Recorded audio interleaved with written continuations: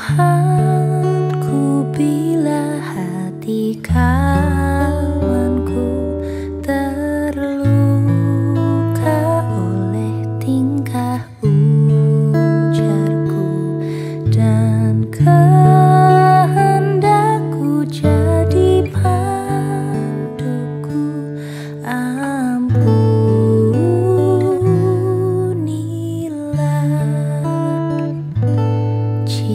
Jikalau tuturku tak semena dan aku tolak orang berkesah, pikiran dan tuturku bercela,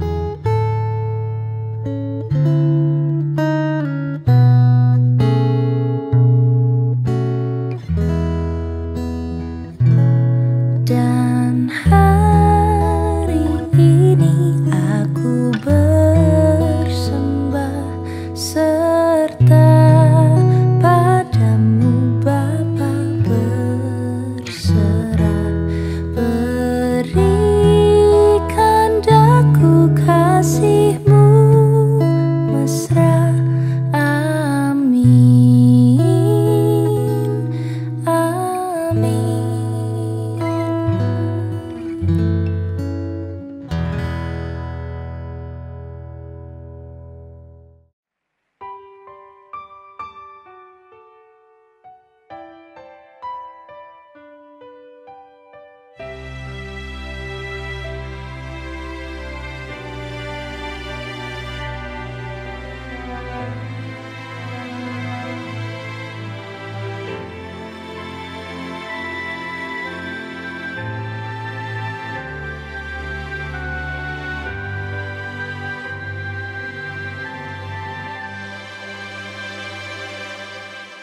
Walau ku harus berjalan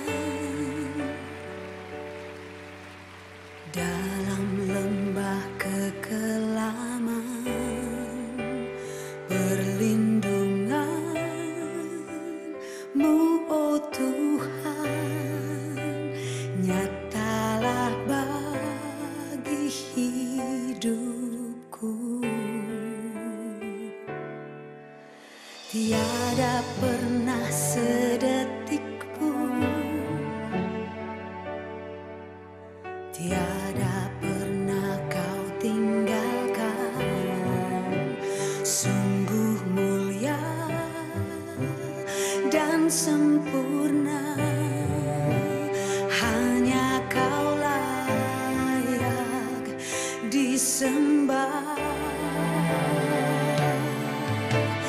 Yesus, Engkau juru selamatku, dalam janji-Mu kemenanganku, selamanya kan ku nyatakan besar setia-Mu Tuhan.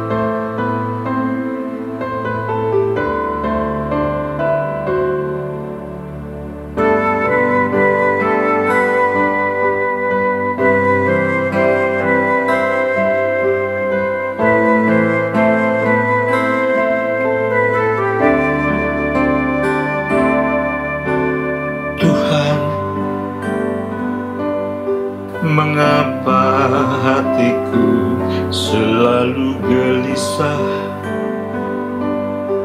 Mengapa hatiku selalu takut?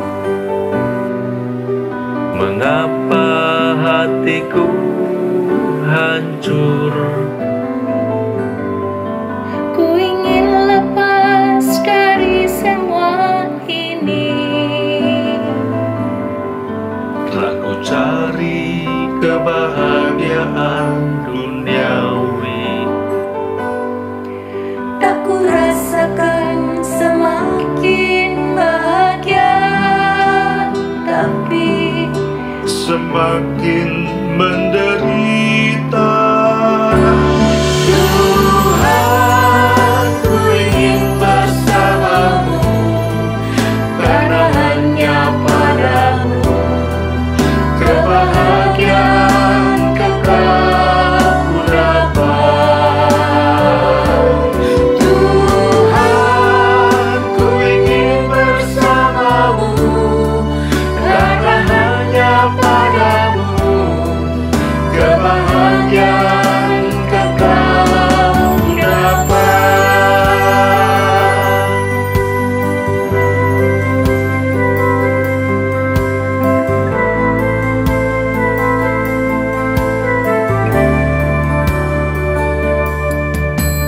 Tuhan,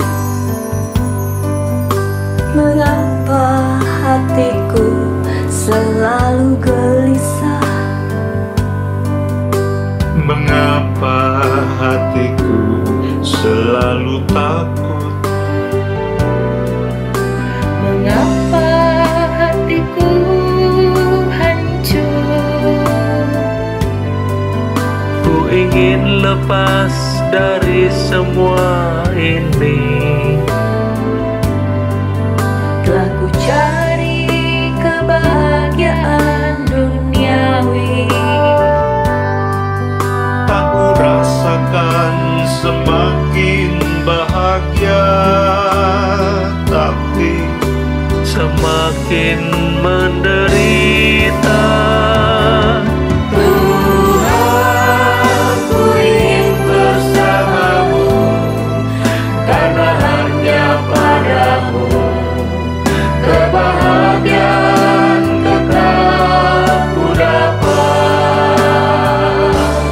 Tuhan, ku ingin bersamamu, karena hanya padamu kebahagiaan kekal ku dapat.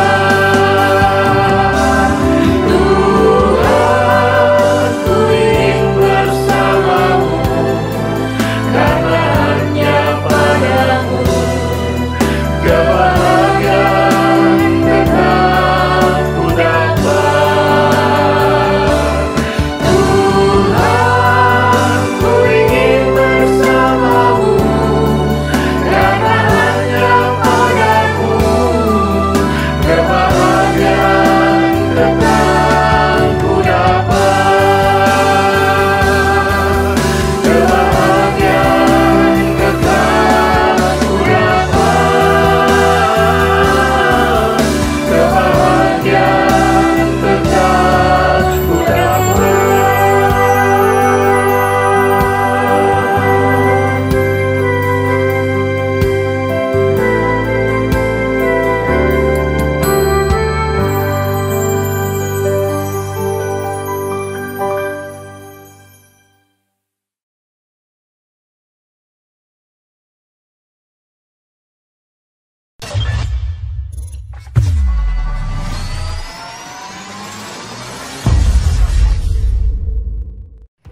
Siapa saja sih yang boleh datang ke kebaktian onsite? Mbak, ayo cepet dong, nanti terlambat kita ke gereja.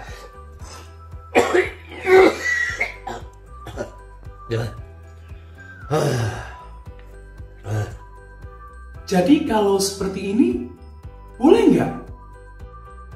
Ya? Jangan dong.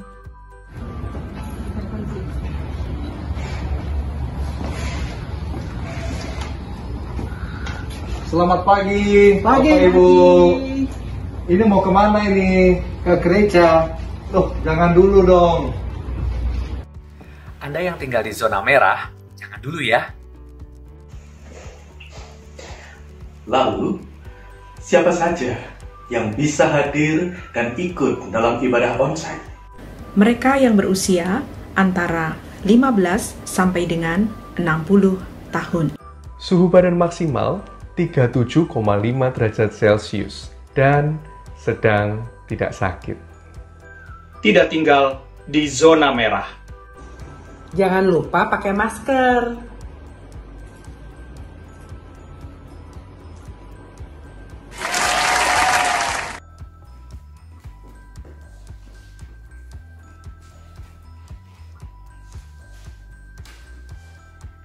Bawa dan gunakan selalu hand sanitizer ya.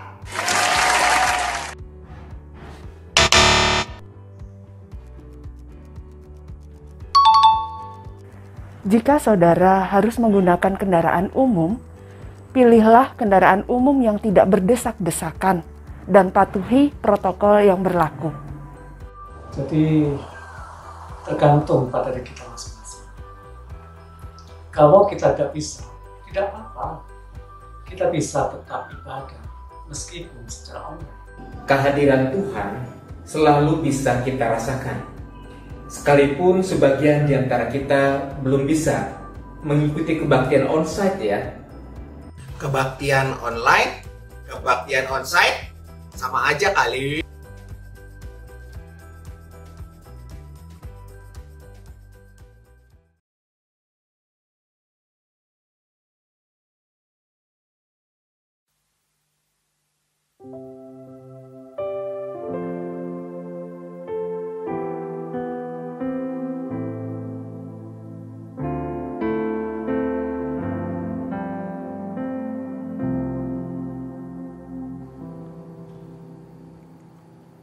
Jemaat yang terkasih, Tuhan telah selalu dan akan menyertai kita dalam setiap keadaan, termasuk di tengah pandemi yang tak kunjung usai, di tengah kekhawatiran yang semakin membelenggu.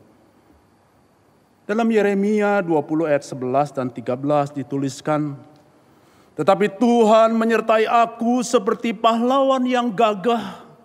Sebab itu orang-orang yang mengejar aku akan tersandung jatuh dan mereka tidak dapat berbuat apa-apa.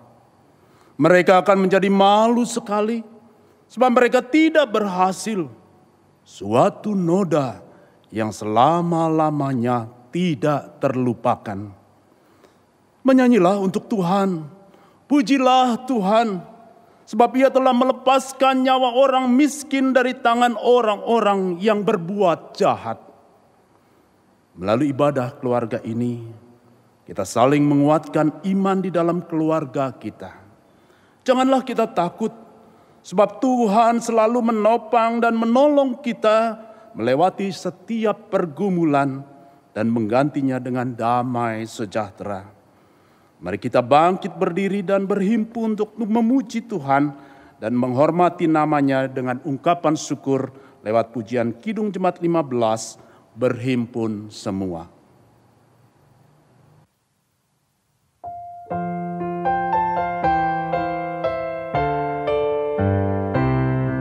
Berhimpun semua menghadap Tuhan dan pujilah Dia pemurah benar. Berakhirlah segala pergumulan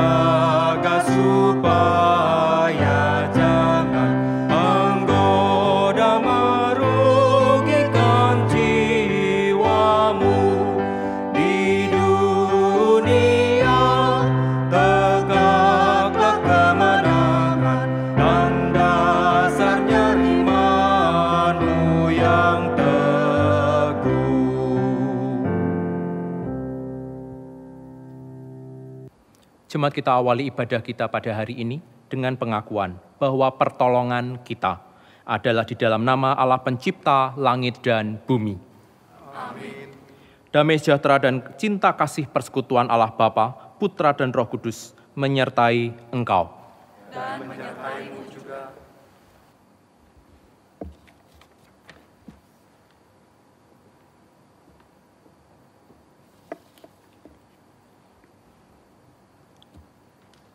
Umat Tuhan, tugas dan kewajiban kita sebagai murid Kristus adalah menyatakan bahwa Tuhan Yesus adalah jalan dan kebenaran dan hidup.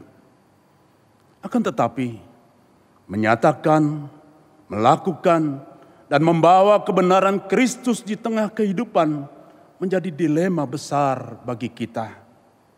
Di satu sisi, kita harus menyampaikan sesuatu yang benar.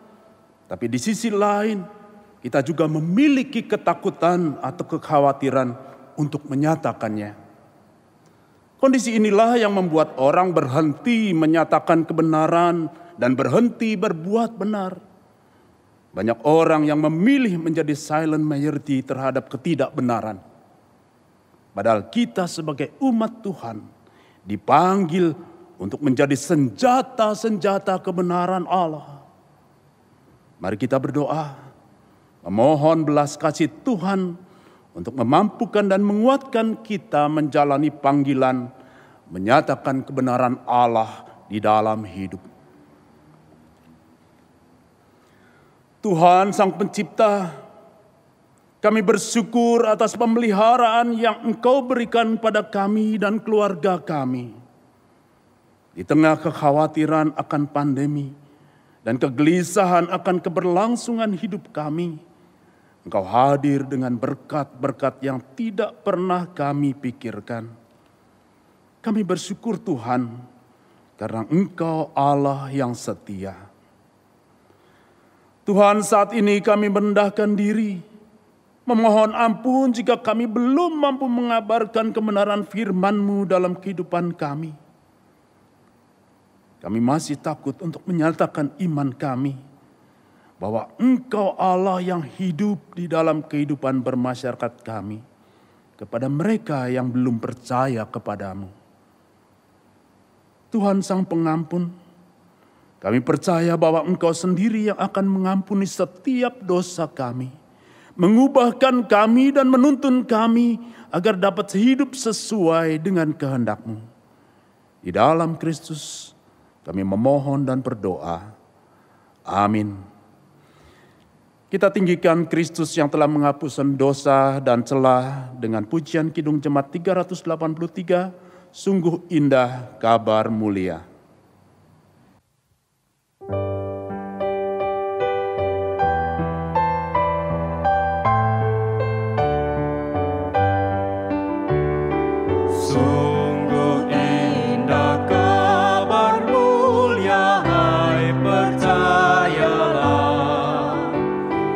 Yesus Kristus tak berubah selama-lamanya. Darahnya tetap menghapus dosa dan celah. Ia hibur yang berduka, puji namanya. Baik kemarin, hari ini, selama-lamanya. Yesus Kristus tak berubah, puji namanya. Puji namanya. Puji namanya. Yesus Kristus tak berubah, puji namanya.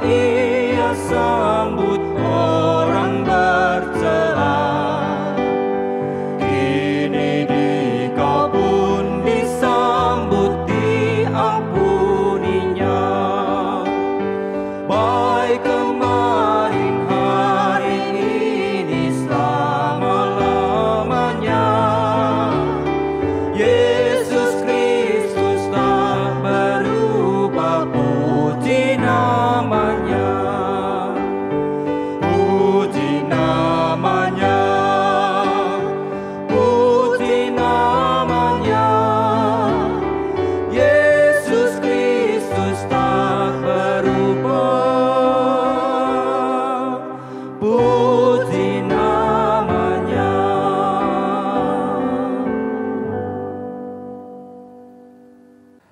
Mari kita membacakan Mazmur 69 ayat 7-10 secara berbalasan.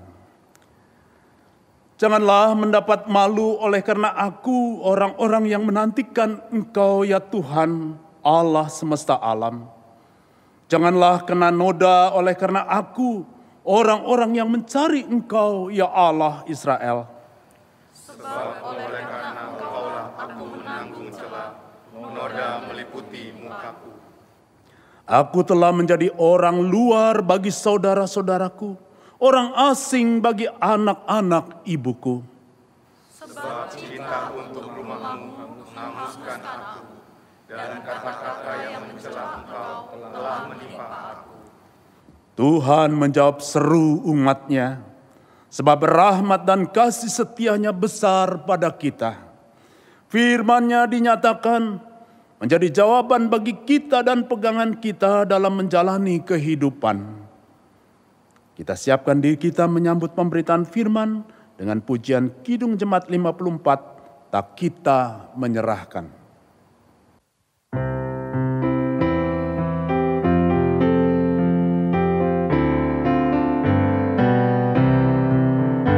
Tak kita menyerahkan kepada musuhnya, pelita yang bersinar di dalam dunia. Tak boleh firman Allah yang sungguh dan teguh, Alkitab yang mulia diambil seteru.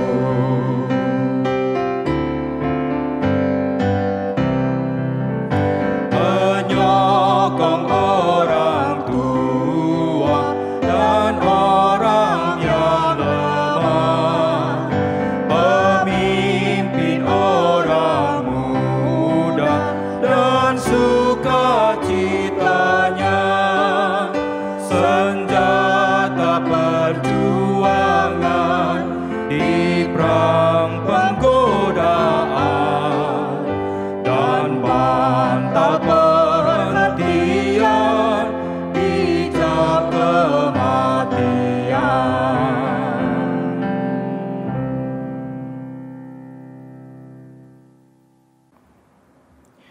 Jemaat, mari kita menyiapkan hati untuk menyambut pemberitaan firman di dalam doa.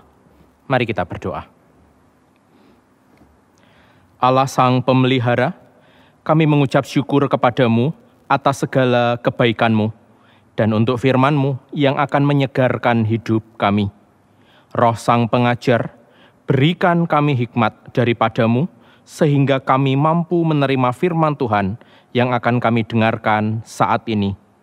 Ajarkan kami untuk mampu mengimani kebenaran firman ini, serta kuatkan kami untuk menjalani hidup kami, agar seturut dengan kebenaran firman-Mu. Di dalam Kristus, Sang Firman yang hidup, kami siap mendengar. Amin. Jemaat, kita akan membuka, menyimak Injil menurut Matius. Matius pasalnya yang ke-10 ayat 24 sampai dengan 39. Matius 10 ayat 24 sampai dengan 39. Demikian firman Tuhan. Seorang murid tidak lebih daripada gurunya, atau seorang hamba daripada tuannya. Cukuplah bagi seorang murid jika ia menjadi sama seperti gurunya, dan bagi seorang hamba jika ia menjadi sama seperti tuannya. Jika tuan rumah disebut Beelzebul, apalagi seisi rumahnya. Jadi janganlah kamu takut terhadap mereka, karena tidak ada sesuatu pun yang tertutup yang tidak akan dibuka, dan tidak ada sesuatu pun yang tersembunyi yang tidak akan diketahui. Apa yang kukatakan kepadamu dalam gelap, katakanlah itu dalam terang.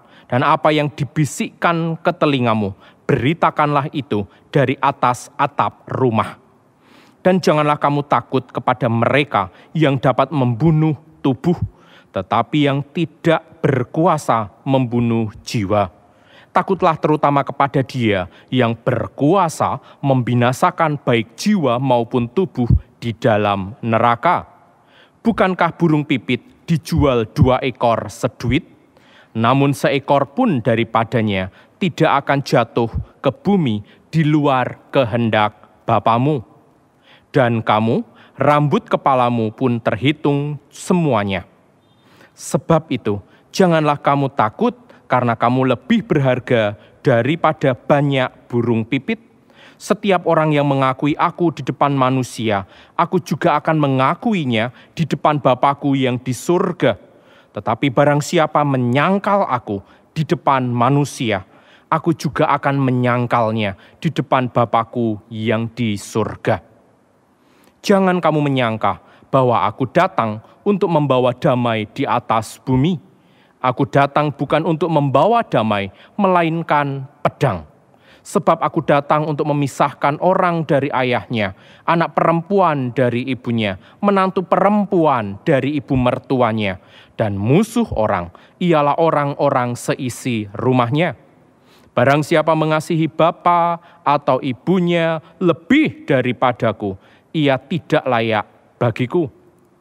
Dan barang siapa mengasihi anaknya laki-laki atau perempuan lebih daripadaku, ia tidak layak bagiku. Barang siapa tidak memikul salibnya dan mengikut aku, ia tidak layak bagiku. Barang siapa mempertahankan nyawanya, ia akan kehilangan nyawanya. Dan barang siapa kehilangan nyawanya karena aku, ia akan memperolehnya. Demikianlah Injil Kristus. Berbahagialah mereka yang mendengar dan menyimpannya dalam hidup mereka. Haleluya. Jemaat yang terkasih, perikop hari ini sering dikenal sebagai ajaran untuk mengikut Kristus secara radikal. Radikal di sini bukan berarti menjunjung atau menggunakan kekerasan saat menyatakan pendapat atau mempertahankan kebenarannya. Radikal di sini adalah hidup berakar, dari kata radix yang artinya akar. Hidup yang mengakar sedemikian mendalam pada Kristus sehingga terkadang keputusan atau perilaku atau sikap yang ditunjukkan orang itu melampaui kewajaran. Nah, di barisan orang-orang yang radikal ini ada yaitu Elisabeth Elliot. Elisabeth Elliot adalah istri dari misionaris Jim Elliot. Ia melanjutkan pengabaran Injil di Ekuador kepada suku Auca yang membunuh suaminya.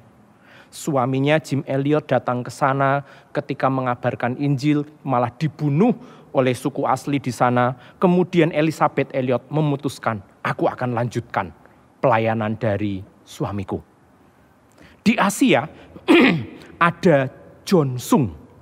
Ini nama yang sudah kita kenal Bapak Ibu. John Sung adalah seorang yang cerdas, pintar. Tapi kemudian dia membuang semua gelarnya demi pelayanan di Asia Tenggara, termasuk Indonesia. Bahkan dalam catatan sejarah, John Sung melayani beberapa kota di Jawa. Salah satunya adalah Cirebon. Selain itu, ada pula Hudson Taylor, ada pula Dietrich Bonhoeffer, ada pula Ibu Teresa yang menjadi murid Kristus, yang melayani orang-orang dengan luar biasa.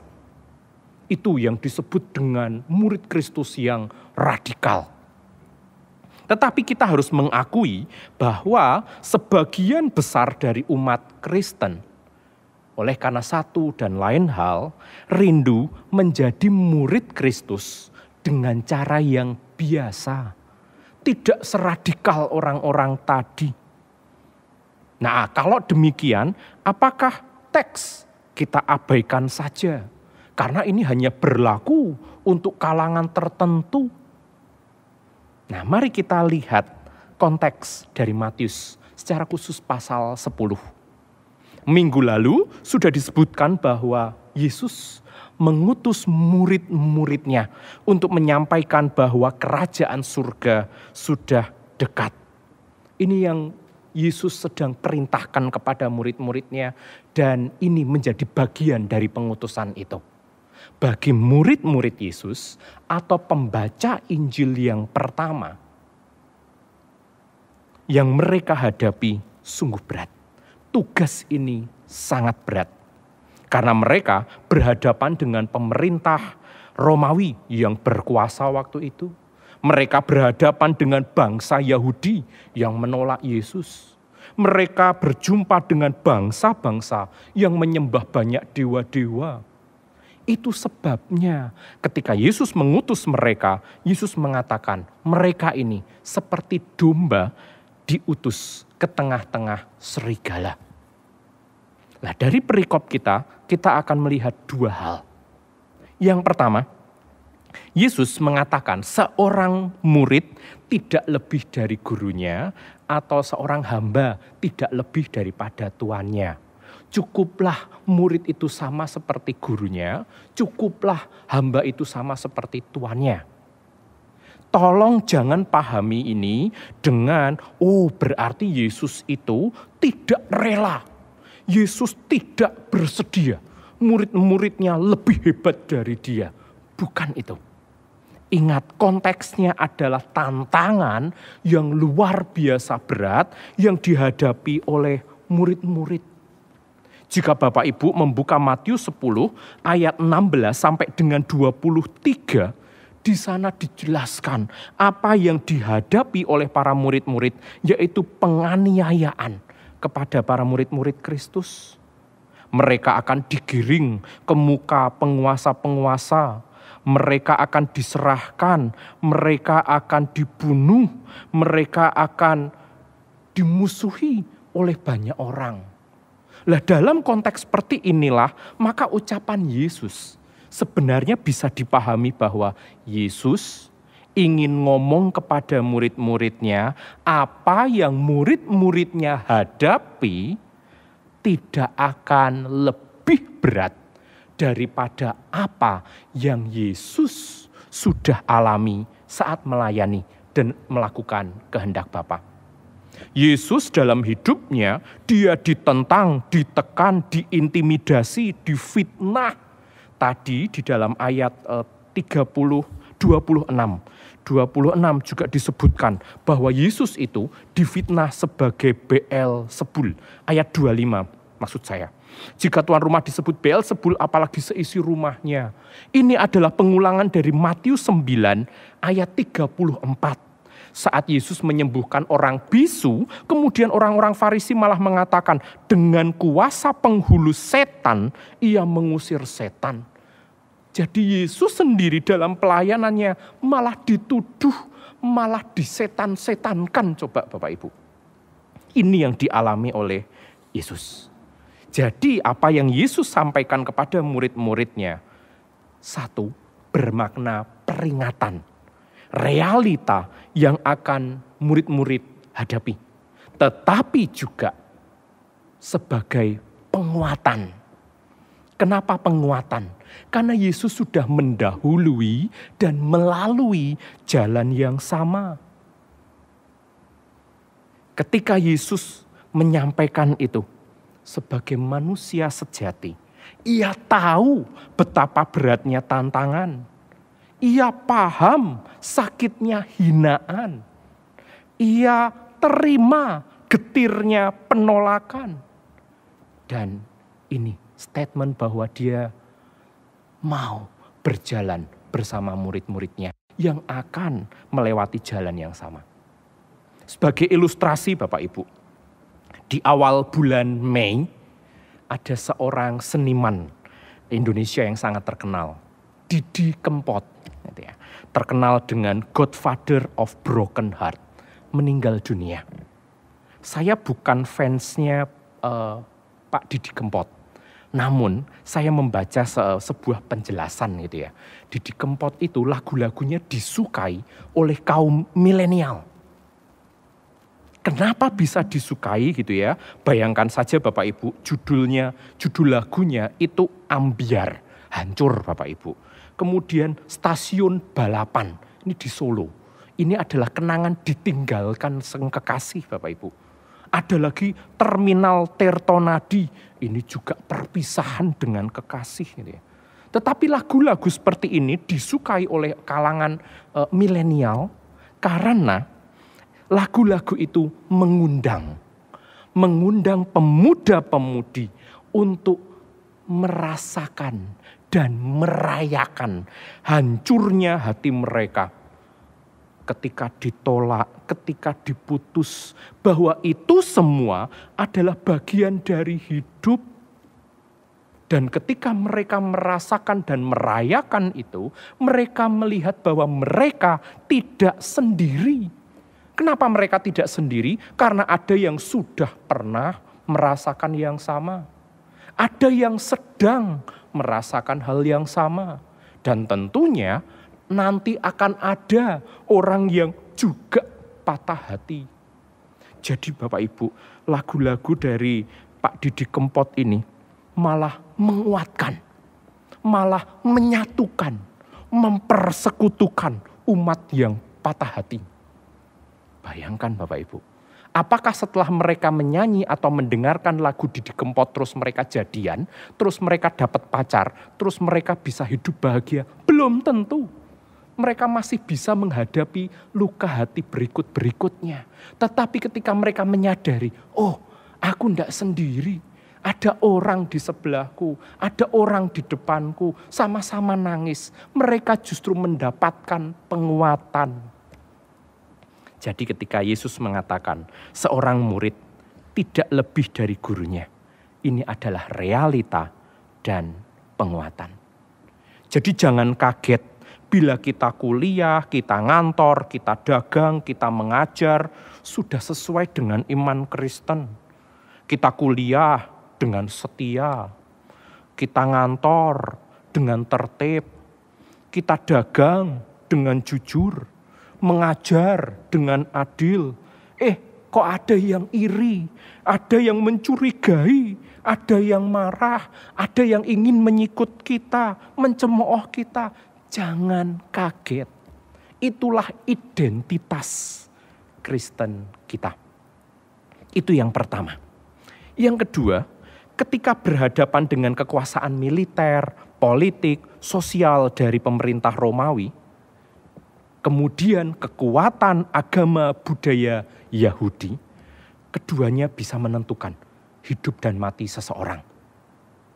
Kalau bertemu dengan dua hal itu, maklum bila seseorang menjadi takut. Tapi mari kita perhatikan, Yesus mengatakan, jangan takut kepada mereka karena ini. Takutlah kepada Dia yang membinasakan jiwa maupun tubuh. Perhatikan ini Bapak Ibu. Jangan dipahami bahwa Yesus itu sedang meremehkan kekuatan duniawi atau Yesus sedang memamerkan Allah yang membinasakan. Bukan itu. Kita perlu melihat rangkaian dari ayat 26 sampai dengan 31. Yesus mengajarkan bahwa ada Allah yang kekuasaannya, kekuatannya jauh melebihi penguasa di bumi. Dan Allah yang maha kuasa ini sangat peduli kepada yang lemah. Sangat peduli kepada yang tidak berharga sekalipun. Termasuk detail kita, jumlah rambut kita. Jadi Yesus bukan saja paham akan ketakutan murid-muridnya, tetapi Dia mengajak murid-muridnya untuk mengelola ketakutan itu dan mengarahkannya kepada Allah Sang Pemelihara. Berarti ini menjadi iman untuk memasrahkan hidup kepada Sang Pemelihara. Lah dari dua hal ini, kita sekarang bisa merefleksikan. Tetap nyatakan kebenaran Kristus. Jika ada sebagian dari kita yang ingin mengikuti langkah dari Jim Elliot, Elizabeth Elliot, John Sung, dan kawan-kawan, silahkan, kenapa tidak? Tetapi menjadi radikal di zaman sekarang tidak harus bentuknya seperti itu. Kita bisa mempertimbangkan dua konteks. Konteks yang pertama adalah konteks Indonesia. Indonesia ini tidak kalah susah dan penuh rintangannya dalam kepelbagian di bangsa kita. Berbagai agama, berbagai keyakinan, berbagai budaya. Kita menjumpai banyak yang macam-macam di negara kita. Bahkan ada kalangan yang intoleran. Ketika tersinggung, bisa murka dan demonya berjilid-jilid. Tapi kalau menyinggung, cukup meterai 6.000 gitu ya. Ada di negara kita. Ini konteks kita yang pertama. Konteks yang kedua adalah konteks medsos. Konteks milenial. Saat kita bisa menyatakan pendapat kita di WA, di Facebook, di Instagram, di Twitter, di berbagai macam media sosial. Dan ini bisa diketahui oleh banyak orang. Tetapi perhatikan bahwa zaman sekarang kadang kebenaran bisa ditentukan oleh viral, oleh view, oleh like dari post itu. Tidak jarang hoax atau ujaran kebohongan atau ujaran kebencian bisa dianggap benar karena viral, bukan? Nah, ini dua konteks yang kita hadapi saat ini, tidak kalah susah dengan zaman murid-murid. Nah, oleh karena itu, kita bisa menyatakan kebenaran Kristus di Indonesia melalui media sosial. Caranya adalah menyerukan kebenaran Kristus itu sendiri apa adanya. Menyatakan kebenaran Kristus itu tidak harus bentuknya khotbah. Tidak harus dalam bahasa rohani yang muluk-muluk. Kita bisa menyampaikan kebenaran yang kita terima, kita alami sendiri dalam bahasa sehari-hari. Suatu saat ada orang yang memposting, ini bunga di halaman belakang, sungguh indah, mengingatkan aku akan Allah Sang Pencipta yang kreatif. Wow, sederhana tapi mendalam. Ada pula orang yang membagikan statusnya. Jalan pagi-pagi, kemudian melihat burung menyanyi di pohon.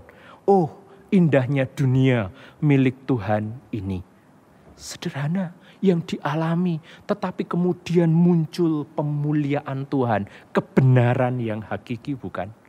Dari hal-hal yang kecil dan sederhana ini, kita merayakan iman kepada Tuhan. Dan saat kita lempar ini di medsos, Bapak Ibu, semua orang bisa melihatnya. Semua orang tidak akan membantahnya, Bapak Ibu. Nah, tetapi yang kemudian kita perlu hati-hati yang kedua. Apa adanya berarti jangan menyatakan kebenaran dicampuri atau dibumbui dengan menjelek-jelekan orang lain. Menyatakan kebenaran jangan ditambahi atau jangan dicemari informasi yang tidak benar. Informasi hoax malah kita sebarkan. Ya jangan. Mengabarkan kebenaran jangan dilandasi dengan kepentingan pribadi atau agenda pribadi. Ini kita harus menyampaikan kebenaran itu sendiri apa adanya. Cermatlah dan bijaklah dalam mengabarkan kasih dan kebenaran Tuhan. Tanpa harus menyinggung umat agama lain. Tanpa harus menyinggung kelompok yang lain. Nah, misalnya Bapak Ibu hari ini tanggal 21 Juni adalah Hari Ayah Internasional. Nah, Anda semangat gitu ya. Anda kemudian posting, selamat Hari Ayah suamiku.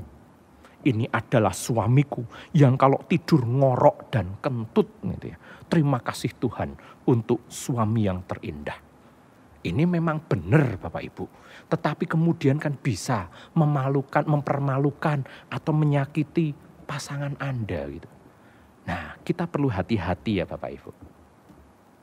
Di tengah masyarakat yang mungkin tidak sepaham dengan kita, mungkin menentang atau menantang kita, kita perlu tetap nyatakan kebenaran. Kenapa?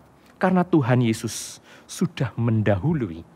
Yesus mau berjalan bersama dan Yesus mau memelihara.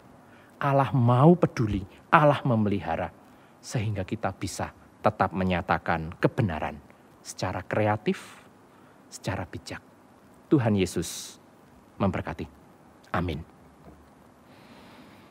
Kita akan masuk dalam saat teduh sejenak.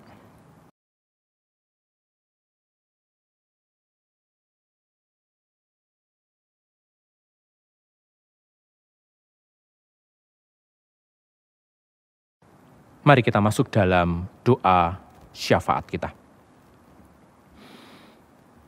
Tuhan, kami bersyukur apabila melalui perikop yang seringkali dipahami begitu sulit untuk mengikut Kristus, kami diingatkan kembali, kami dikuatkan kembali bahwa Tuhan juga sudah melaluinya. Tuhan mau berjalan bersama kami dan Tuhan akan memelihara kami. Dan biarlah kami boleh menjadi pengikut Tuhan yang mengabarkan kebenaran Kristus apa adanya. Biarlah kami boleh menyampaikan kebenaran itu dengan bijak, dengan cermat. Jangan dikotori oleh agenda pribadi. Jangan dikotori dengan usaha menjelek-jelekan yang lain, menjatuhkan yang lain. Kami tidak ingin seperti itu Tuhan. Kami ingin menjadi murid Kristus yang radikal, yang mengasihi Kristus dan bersikap, berperilaku seturut dengan kehendak Tuhan. Tuhan kuatkan kami, Tuhan tolong kami. Saat ini Tuhan kami akan menaikkan doa-doa syafaat kami. Biarlah setiap kami yang berada di rumah-rumah, dimanapun kami berada, kami boleh bersama-sama mendoakan pokok-pokok doa ini. Dan biarlah Tuhan yang mendengar dan menjawab seturut dengan waktu dan kehendak Tuhan. Mari jemaat kita naikkan doa kita. Kita naikkan komitmen keluarga dan personal. Agar kita berani menyatakan kebenaran Allah di dalam seluruh aspek kehidupan kita.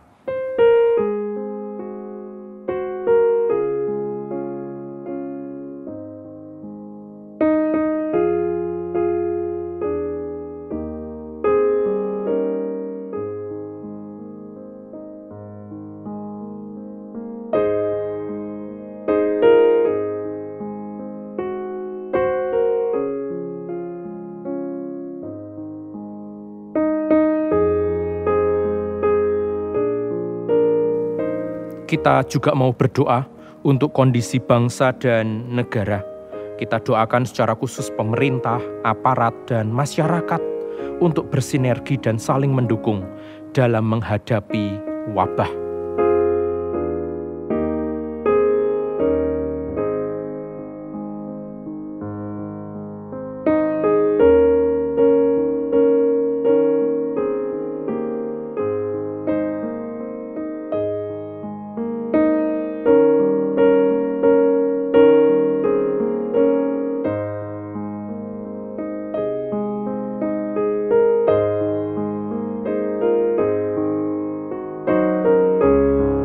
Yang terakhir, kita mau berdoa untuk persiapan gereja atau tempat-tempat ibadah yang lain dalam merumuskan, menyiapkan new normal dalam kehidupan beribadah, dalam kehidupan bergereja, dalam kehidupan pelayanan.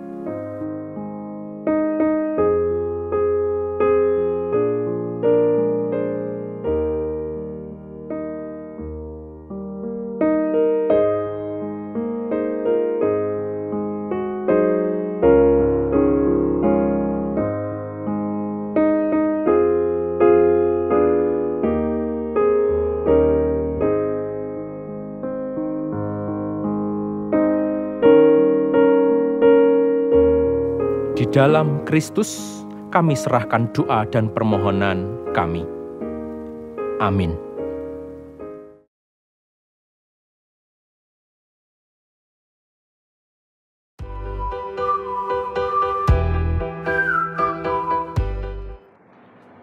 Shalom Jemaat, menjelang berakhirnya bulan Juni 2020, masyarakat Indonesia mulai menyongsong hadirnya era adaptasi kebiasaan baru atau new normal. Meski dampak wabah COVID-19 sungguh berat kita rasakan, akan tetapi kita bersyukur kepada Tuhan karena pertolongannya bagi kita lewat hati yang peduli dan tangan yang rela memberi. Untuk itu, Majelis Jemaat ingin menyampaikan dua hal.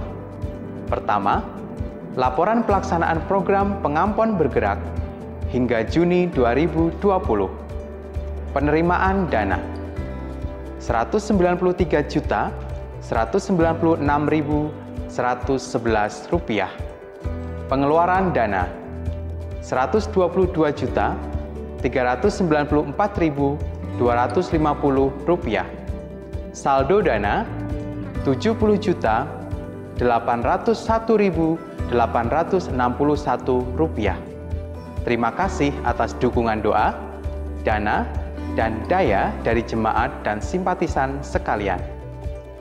Kedua, Majelis Jemaat akan melaksanakan program pemulihan kehidupan dengan dua kegiatan utama, yaitu program berbagi kasih, penyediaan paket kebutuhan pokok lanjutan untuk anggota jemaat yang masih membutuhkan pertolongan dengan jumlah sekitar 300 paket per bulan. Program Peduli Tetangga atau ATM Beras. Penyediaan paket kebutuhan pokok bagi non-anggota gereja termasuk sesama lintas iman. Program pemulihan kehidupan akan dilaksanakan selama 6 bulan dari bulan Juli hingga akhir Desember 2020. Oleh karena itu, kami mengundang dan menyambut dukungan dari jemaat untuk program pemulihan kehidupan ini, baik dalam wujud doa, dana, maupun daya. Kiranya Tuhan menggerakkan kita untuk turut mengambil bagian dalam berbela rasa, meringankan beban sesama di tengah krisis ini. Apakah saudara sudah rindu untuk kembali beribadah di gereja? Tidak lama lagi, kita bisa kembali beribadah di gereja. Tentu saja dengan menerapkan adaptasi kebiasaan baru. Untuk itu, Majelis Jemaat Bidang Persekutuan telah mempersiapkan informasi bagi kita semua, supaya kita bisa memahami dan juga mempersiapkan diri. Mari kita saksikan klip berikut ini. Selamat pagi, jemaat dan simpatisan GKI Pengampon. Setelah beberapa lamanya kita harus beribadah secara online, sebentar lagi kita akan kembali beribadah onsite, ibadah secara fisik di dalam gedung gereja. Saya yakin kita rindu untuk kembali bertemu dan bersekutu dengan saudara-saudari seiman. Akan tetapi, pasca wabah COVID-19, menurut kita untuk melakukan adaptasi kebiasaan baru, AKB atau new normal, saat beribadah di gedung gereja. Adaptasi kebiasaan baru berlaku bagi kita semua dengan berbagai persiapan yang mengutamakan keamanan dan kesehatan jemaat. Di dalam gereja, kita akan memberlakukan beberapa protokol, yakni sebagai berikut. Pelaksanaan penggunaan cairan pembersih atau desinfektan di ruang ibadah dan halaman gereja. Penerapan antrian masuk dan keluar dari dan ke ruang ibadah untuk keamanan dan ketertiban. Perlengkapan penyambutan jemaat. Penataan ruang kebaktian sesuai anjuran kesehatan. Pelaksanaan tata cara ibadah dan kesiapan para pelayan ibadah. Setelah melewati perhitungan dan pertimbangan yang matang, Majelis Jemaat menetapkan pembatasan jumlah jemaat di dalam kebaktian, yaitu 200 orang untuk setiap kebaktian. Apabila kapasitas 200 pengunjung telah terpenuhi, maka kepada jemaat yang tidak mendapatkan kursi, kami persilahkan untuk mengikuti ibadah berikutnya, atau jemaat juga bisa mengikuti ibadah online. Kebaktian akan diadakan sebanyak 4 kali, yaitu pukul 6.30, 8.30, 16.00, dan 18.00. Sedangkan ibadah online ditayangkan pada pukul 8.30. Di samping itu, berdasarkan panduan kesehatan dari pemerintah dan Sinode GKI, kami menghimbau kepada jemaat yang merasa kurang sehat untuk beribadah di rumah. Begitu pula bagi kelompok kategori rentan, anak di bawah usia 15 tahun, lansia di atas usia 60 tahun, ibu hamil, dan pasien penyakit bawaan. Kami lebih menyarankan untuk mengikuti ibadah online. Jika gereja sudah bersiap dan bila waktunya tiba kita beribadah kembali, serta Anda rindu beribadah di gereja, inilah bagian persiapan kita untuk beribadah di GKI Pengampon dengan melaksanakan adaptasi kebiasaan baru. Sebelum memasuki halaman gereja, pastikan 6 hal terlebih dahulu sejak dari rumah. 1. Kondisi kesehatan tubuh yang sehat dan prima untuk beribadah. 2. Mempersiapkan dan membawa amplop persembahan sendiri. 3. Mempersiapkan dan membawa secari kertas berisi informasi nama, alamat, nomor kontak, dan kebaktian yang dihadiri. Kertas informasi ini akan menolong pengecekan dan tracing jemaat saat dibutuhkan oleh tim Satgas COVID-19. 4. Jangan lupa mencuci tangan baik dengan air mengalir atau dengan hand sanitizer. 5. Mengenakan masker yang bersih dan nyaman setiap saat. 6. Jika berkenan dan memungkinkan, kenakan pula face shield atau pelindung wajah. Terdapat 5 lajur untuk antrian jemaat, yaitu lajur pastori, lajur tengah 1 dan lajur tengah 2, lajur konsistori, dan lajur balkon. Jemaat, pilihlah salah satu lajur tersebut untuk masuk ke dalam gedung gereja dengan tertib mengantri.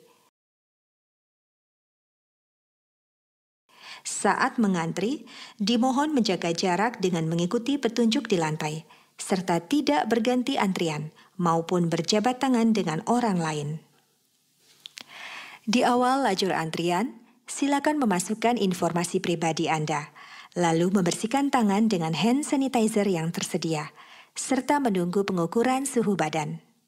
Bagi saudara dengan suhu badan di atas 37,5 derajat, maka Anda akan diminta untuk pulang dan beristirahat.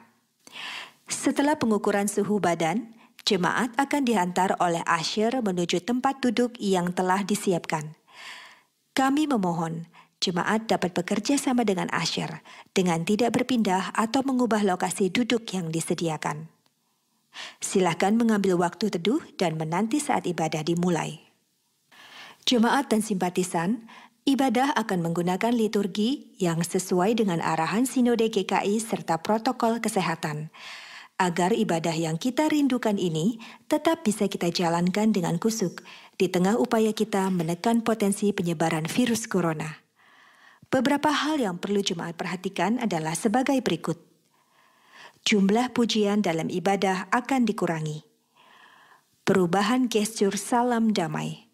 Salam akan dilakukan dengan menangkupkan 2 telapak tangan. Pembacaan leksionari akan dipersingkat.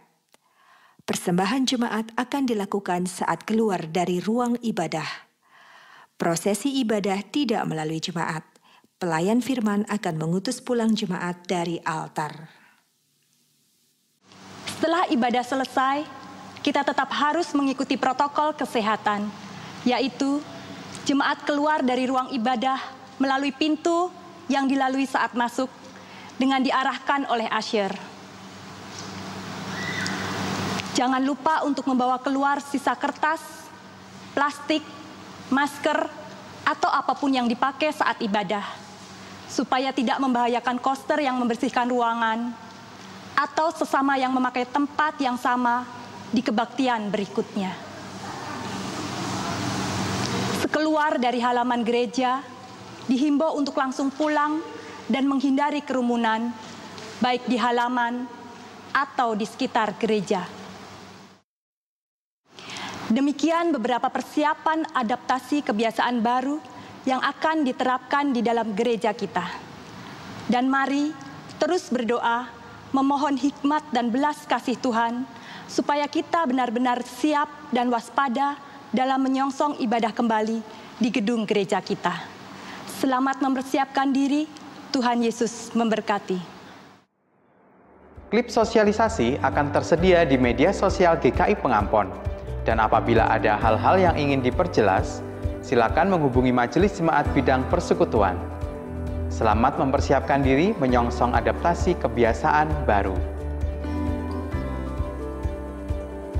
Pemahaman Alkitab online bulan Juni diadakan setiap hari Jumat pukul 18.30 di grup WA pelayanan 3-in-1 dan akan dipandu oleh Bapak Pendeta Iswanto. Tema untuk PA online tanggal 26 Juni adalah Tetap Setia Melayani Tuhan. Bagi jemaat yang rindu untuk menggali dan berdiskusi tentang Alkitab, bisa mendaftarkan diri dengan menghubungi salah satu pendeta dan pengerja GKI Pengampon, Pendeta Emeritus Haniel, Pendeta Sakriso, Pendeta Iswanto, Bapak Prasetya, Saudari Yemima, dan Saudara Andreas. Kaum remaja adalah masa depan gereja di mana Tuhan akan memakai mereka kelak untuk membangun dan memperluas kerajaan Allah. Untuk itu, kebutuhan rohani kaum remaja senantiasa menjadi perhatian kita bersama. Majelis Jemaat mengundang para remaja, orang tua, dan perwakilan untuk menyampaikan pendapatnya mengenai kebutuhan kaum remaja. Survei ini akan dilakukan secara online. Apabila saudara di luar undangan, tetapi ingin ikut memberikan opini, silakan menghubungi Saudara Andreas 0813 2549 9769 untuk keterangan lebih lanjut. Opini saudara sangatlah berarti bagi pertumbuhan kaum remaja GKI Pengampon. Sekian penegasan Warta Minggu ini. Terima kasih. Tuhan Yesus memberkati.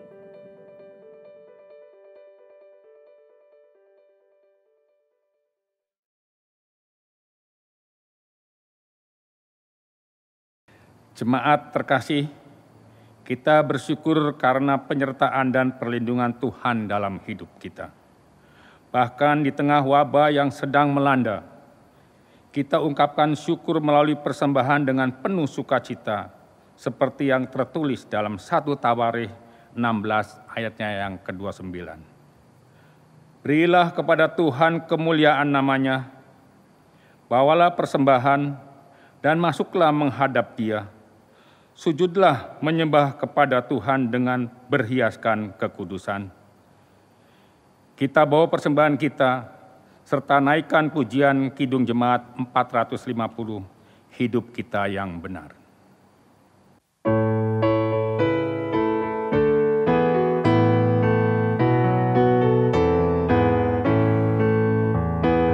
Hidup kita yang benar haruslah mengucap syukur, dalam Kristus bergema, janganlah takabur. Dalam susah pun senang, dalam segala hal aku bermazmur dan ucap syukur, itu kehendaknya.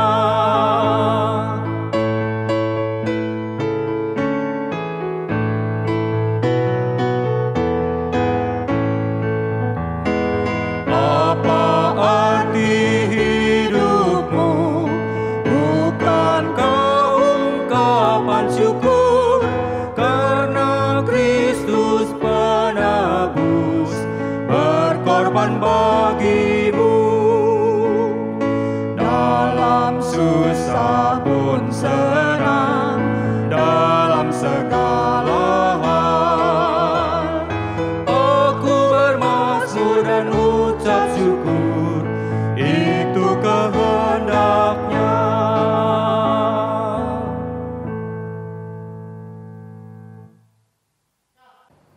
Jemaat Tuhan, janganlah takut untuk menyatakan kebenaran Allah dalam kehidupan kita. Di tengah kekhawatiran yang sedang melanda dunia, di tengah keterpurukan yang dialami sesama, marilah kita menjadi saksi akan kebenaran yang dikehendaki Allah. Marilah kita menjadi saksi bagi sesama kita, agar karya Tuhan dapat dinyatakan dalam hidup kita, sehingga semakin banyak orang yang percaya kepada Tuhan. Mari kita bangkit berdiri, kita serukan iman kita dalam Kidung Jemaat 432, jika padaku ditanyakan.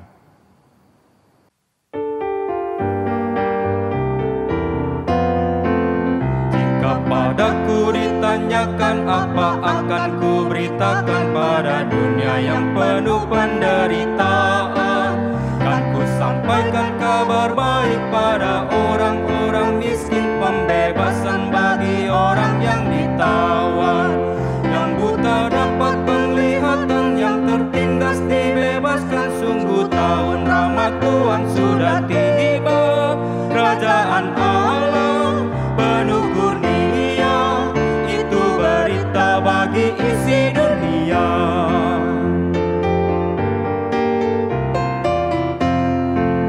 Jika padaku ditanyakan, apa akan ku sampaikan pada dunia yang penuh dengan cobaan? Aku bersaksi dengan kata, tapi juga dengan karya, menyampaikan kasih Allah yang sejati. Tak tersedia bagi kita pengampunan dan anugerah keselamatan dalam Kristus putranya. Kerajaan Allah penuh kurnia, itu berita bagi isi dunia.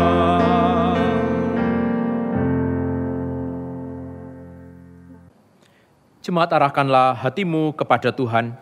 Kami mengarahkan hati kami kepada Tuhan. Jadilah saksi Kristus. Terpujilah Allah. Kini dan selamanya. Mari kita mohonkan berkat. Semoga Allah, sumber pengharapan, memenuhi kita dengan segala sukacita dan damai sejahtera dalam iman kita, supaya oleh kekuatan Roh Kudus kita berlimpah-limpah dalam pengharapan dari sekarang sampai selama-lamanya. Amin.